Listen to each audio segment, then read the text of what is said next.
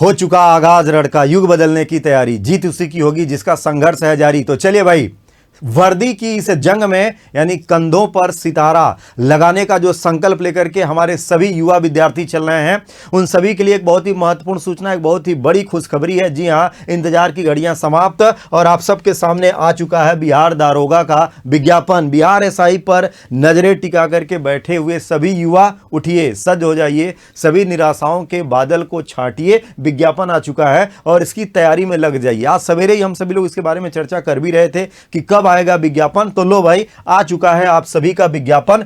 जैसा कि पहले से ही अनुमान था इसमें पदों को लेकर के 1200 यानी 1275 पदों को लेकर के यह विज्ञापन जारी किया जा चुका है। यानी पहले से ही अनुमान था कि भाई 1275 पद, तो 1275 पदों पर यह विज्ञापन जारी हो चुका है, जो कि आप ये bpsc.bihnic.in की साइट से पता लगा सकते हैं। अब आइए, इसमें कुछ महत्वपूर्ण डेट्स हैं, इसके कुछ महत्वपूर्ण तथ्य हैं, जरा उन पर एक एक नज़र हम सभी लोग डालें। तो सबसे पहले भाई, फार्म भरने की डेट क्या दे रखी है इन्होंने। तो फार्म आपका आरंभ होने जा रहा है 5 अक्टूबर से, ध्यान रखना है। तो 5 अक्टूबर से सभी लोग तैयार हो जाइए, ठीक है। 5 अक्टूबर से फार्म ये भरा जाएगा 2023, और इसकी अंतिम तिथि जो इन्होंने बताई है, वो अंतिम तिथि ध्यान रखना वो रहेगी 5 नवंबर।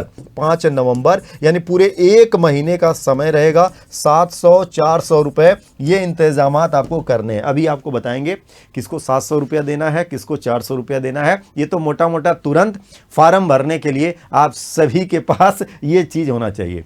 तो पद क्लियर, फार्म कब से भर रहे हैं? 5 अक्टूबर 2023 से 5 नवंबर तक का डेट आप सबको दिया गया है इस फार्म को भरने के लिए। अब इसमें फार्म ध्यान रखना है सभी लोग भर सकते हैं, यानी बिहार के जो विद्यार्थी हैं वो तो फार्म भर ही सकते हैं। झारखंड के, उत्तर प्रदेश के, राजस्थान के, पंजाब के, हरियाणा के, मध्य प्रदेश के, यानी कि भारत का कोई भी निवासी है, नागरिक है, वो ये फार्म भर सकता है जो इनकी शर्तों को पूरा करता है। बशर्ते इसमें एक शर्त ये रखी गई है, जो कि आपकी एज, आपकी जो आयु होगी वो 20 वर्ष से लेकर के 37 वर्ष के बीच में आयु रहेगी। और इसकी गणना यानी आयु की जो गणना होगी वो गणना ध्यान रखना है 1 अगस्त 2023 तक आपकी आयु की गणना होगी। इसके लिए ये अहर्ता यहाँ पर रहेगी। साथ में भाई, इसमें जो बिहार राज्य के मूल रूप से निवासी होंगे उनके लिए आरक्षण का लाभ मिलेगा। तो भाई एज छूट में 40 वर्ष तक आप जा सकते हैं, ऐसा इसमें जो नया विज्ञापन जारी आया है इसमें ऐसा विदित हो रहा है। अब इसमें अगर देखा जाए तो भाई आयु की जो गणना होगी वो सर्टिफिकेट किस पे आधार माना जाएगा। तो इसमें कहा गया भाई मैट्रिक अथवा समकक्ष यानी 10वीं का जो आपका सर्टिफिकेट होगा उसी को आधार माना जाएगा आय गणना के लिए, यानी आयु के लिए, एज के लिए। एज की जो गणना होगी वो 10वीं को आधार मान करके करी जाएगी, ये ध्यान रखना है। इसके अलावा कहा गया भाई जो बिहार से संबंध रखने वाले लोग रहेंगे तो इसमें अधिकतम उम्र सीमा क्या है? 40 वर्ष तक जा रही, क्या है? 40 वर्ष तक अधिकतम उम्र सीमा है, यानी 20 से 37, इसके अलावा 40। तो अगर आप 20 से 37 के बीच में हैं तो सबसे ज़्यादा सुरक्षित हैं। इसके अलावा एज में जो आरक्षण मिलता है उसका लाभ मिलेगा। तो ये 42 वर्ष तक किसको मिल रहा है भाई? तो पिछड़ा वर्ग है और अत्यंत पिछड़ा वर्ग यानी ओबीसी वाले जो लोग रहेंगे, ओबीसी, उनके लिए जो होगा वो 40 वर्ष तक रहेगा। इसके अलावा जो एससी एसटी होंगे, यानी जो एससी या एसटी कैटेगरी में हो रहे हैं, उनके लिए 42 वर्ष तक रहेगा। ये यहां से आप सभी को ध्यान रखना है, जो कि ये एज ग्रुप रहेगा। अब आ जाइए भाई, इसमें शारीरिक मानदंड पहले ही बता दिया गया है। क्या चाहिए हाइट में? तो सबसे पहली बात भाई, जो भी इसमें जनरल कैटेगरी में सामान्य वर्ग या ओबीसी पुरुष वर्ग जो रहेगा उसकी हाइट 1.65 होनी चाहिए, यानी 165 सेंटीमीटर की हाइट होनी चाहिए। अत्यंत पिछड़ा वर्ग का अगर कोई पुरुष है तो उसके लिए 160 सेंटीमीटर में भी काम चल जाएगा। इसके अलावा भाई अनुसूचित जाति, अनुसूचित जनजाति के जो पुरुष होंगे उनकी भी हाइट 160 सेंटीमीटर रहेगी तो चल जाएगी। सभी वर्ग की महिलाओं के लिए 155 सेंटीमीटर न्यूनतम हाइट अनिवार्य किया गया है, ये ध्यान रखना है। इसके अलावा शारीरिक दक्षता में जो चेस्ट वाली बात है भाई उसको भी ध्यान रखिएगा, जिसमें कहा गया कि भाई 81 सेंटीमीटर तक चेस्ट ये होना चाहिए और 5 सेंटीमीटर जो उसका एक्सटेंशन यानी फूलने के बाद। तो 81 से 86, क्या भाई 81 से 86 सेंटीमीटर का चेस्ट यानी सीना ये होना चाहिए। अनुसूचित जाति और अनुसूचित जनजाति के जो पुरुष होंगे यानी जो SC ST कैटेगरी के होंगे उनके लिए कह दिया गया भाई 79 से लेकर के 84 के बीच में भी अगर रहते हैं तो उनका काम चल जाएगा, ठीक है, उनका काम चल जाएगा। अब आइए इसमें सिलेक्शन की प्रक्रिया की पहली सीढ़ी जो है फार्म, एज, ये सब करने के बाद जब आप आएंगे तो सबसे पहले क्या होगा भाई, लिखित परीक्षा होगी। लिखित परीक्षा के 2 चरण दिए गए हैं। क्या 2 चरण दिए गए हैं? पहला जो चरण होगा जो प्री लेवल का होगा, सभी को क्वालिफाई करना अनिवार्य रहेगा। तो प्रथम चरण में 200 अंक की परीक्षा होगी आप सभी की।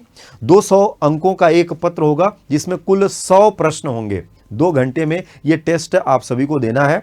30% अंक न्यूनतम सभी को लाना अनिवार्य है। जो 30% से कम लाता है वो डिस्क्वालीफाई हो जाएगा फर्स्ट लेवल में ही।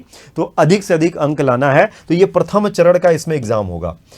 द्वितीय चरण का जो एग्जाम होगा, जो फर्स्ट चरण क्वालिफाई करके विद्यार्थी आएंगे, द्वितीय चरण जो कि मुख्य परीक्षा कहलाएगी वो पेपर होगा। और इसमें 2 पेपर होगा। इसमें क्या होगा, 2 पेपर होगा। जो फर्स्ट होगा वो फर्स्ट पेपर 200 अंकों का यानी 200 अंक का ये पेपर रहेगा। उसमें अगर देखेंगे तो हिंदी के विषय को लेकर चलेंगे, सामान्य हिंदी का होगा जिसमें 100 प्रश्न रहेंगे। इसमें भी न्यूनतम 30% अंक हासिल करना अनिवार्य रहेगा। इसके अलावा जो मेंस में आप जाएंगे यानी लिखित परीक्षा का जो दूसरा पेपर होगा ऑब्जेक्टिव ही, उसमें भी आप सभी के 100 प्रश्न होंगे और 200 अंकों का पेपर होगा जो पूरा की पूरा GS खंड का रहेगा। सामान्य अध्ययन, सामान्य विज्ञान, नागरिक शास्त्र, करंट अफेयर्स, इतिहास, ज्योग्राफी, इन सब को लेकर के ये विषय बनेगा, ये ध्यान रखना है। इसके अलावा निगेटिव मार्किंग भी है भाई, ध्यान रखना है। 0.2 अंक क्या है, 0.2 अंक की निगेटिव मार्किंग दी गई है। तो ये 2 चरणों को पार करके जो विद्यार्थी तृतीय चरण में पहुंचेगा वो फिजिकल टेस्ट होगा। क्या होगा, शारीरिक क्षमता, दक्षता होगा, ये ध्यान रखना है। जिसमें पहली शर्त है कि भाई सभी कोटि के जो पुरुष हैं, शारीरिक दक्षता तो आप सभी का भाई तैयारी है, बिहार के सभी विद्यार्थियों का। और बाकी जो लोग दरोगा की तैयारी कर रहे हैं तो शारीरिक दक्षता तो सभी ने मजबूत किया ही किया है। तो शारीरिक दक्षता में ध्यान रखना है, कह रहा है भाई 1.6 किलोमीटर, ध्यान रखना 1.6 किलोमीटर की रेस रहेगी, जो कि ये रेस आपको 6 मिनट 30 सेकंड में सभी को पूरा करना है। 6 मिनट 30 सेकंड में आप सभी को ये रेस पूरा करना है। जो भी पुरुष वर्ग में होगा सबके लिए ये फिजिकल दौड़ वाला रहेगा। महिला कैटेगरी के लिए कहा गया कि भाई जो महिला कैटेगरी में होंगी, जो भी महिला कैटेगरी में रहेंगी उनके लिए ये दौड़ 1 किलोमीटर का रहेगा और इनको 6 मिनट में पूरा करना होगा। महिलाओं को क्या है, 6 मिनट में ये रेस पूरी करनी है और पुरुषों को 1.6 है जो कि 6 मिनट 30 सेकंड का समय मिलेगा। इसके अलावा इसमें ऊंची कूद मिलेगी भाई, 4 फीट कम से कम सभी पुरुषों को कूदना है और 3 फुट क्या है, कम से कम सभी महिलाओं को कूदना है। लॉन्ग हाई जंप यानी ऊंची कूद जो होगी, 4 फुट से कम अगर आप छलांग लगाते हैं, ऊंचा कूदते हैं तो डिस्क्वालीफाई हो जाएंगे मेल कैटेगरी में। और फीमेल में कम से कम 3 फीट करना रहेगा। तो ऊंची कूद के लिए भी तैयार हो जाइए। लॉन्ग जंप में कह रहा है सभी कोटि के जो पुरुष होंगे उनको कम से कम 12 फीट लॉन्ग जंप लगानी ही पड़ेगी। और जो फीमेल कैटेगरी में सभी वर्ग की जो महिलाएं होंगी उनको 9 फीट की छलांग लगानी है, जो कि ये लॉन्ग जंप होगी।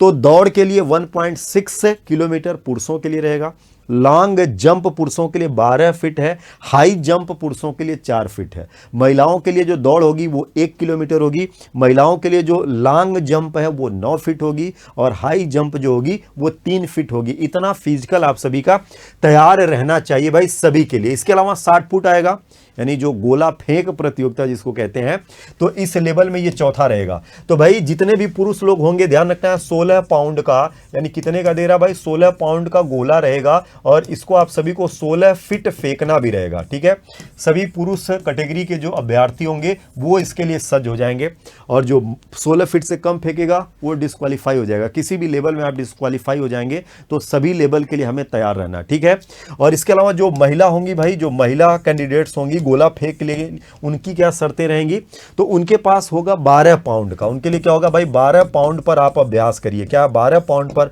आप अभ्यास करिए और आपको क्या है 10 फीट फेंकना है। तो सभी बालिकाओं को 10 फीट, सभी महिलाओं को क्या 10 फीट ये गोला फेंकना रहेगा। क्या है, गोला फेंकना रहेगा, इसके लिए तैयार रहिए। तो ये आपका फिजिकल रहेगा। क्या है, ये फिजिकल रहेगा। फिर उसके बाद कह रहा है मेधा सूची और नियुक्ति का जो विषय होगा, उपरोक्त पदों पर नियुक्ति के लिए अंतिम रूप से सफल अभ्यर्थियों की मेधा सूची। मुख्य लिखित परीक्षा, ध्यान रखना है, जो प्री वाली लिखित परीक्षा वो सिर्फ आपको क्वालिफाई करना है।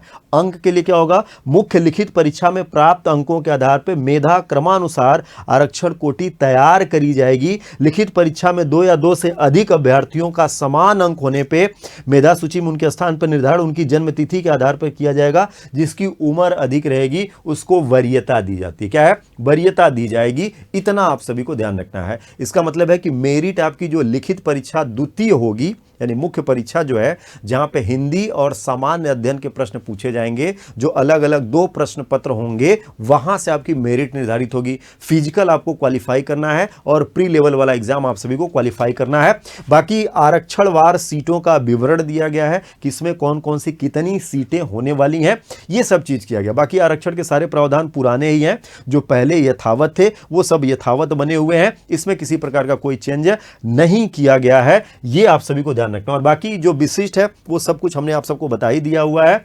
ये सब यहां से लेकर के आप सभी को चलना है उम्मीदवारों के लिए। तो भाई अब सज्ज हो जाइए, अब इंतजार नहीं करना है। बिहार दरोगा का इंतजार खत्म हो चुका है। 1275 पदों को लेकर के फाइनली आप सबका जो है ये विज्ञापन जारी किया जा चुका है। 5 अक्टूबर से ये फॉर्म भरा जाएगा और 5 नवंबर इसका अंतिम डेट होगा। बिहार के सभी विद्यार्थी जो पुरुष वर्ग में होंगे, जो जनरल, ओबीसी और अदर स्टेट वाले जो भी होंगे, उन सभी को जो शुल्क लगेगा वो 700 रुपए का शुल्क लगने वाला है। तो तैयार हो जाइए और जो अवसर मिला है इस अवसर का लाभ उठाइए और अपनी तैयारी को धारदार बनाइए। आप सभी को ऑल द बेस्ट।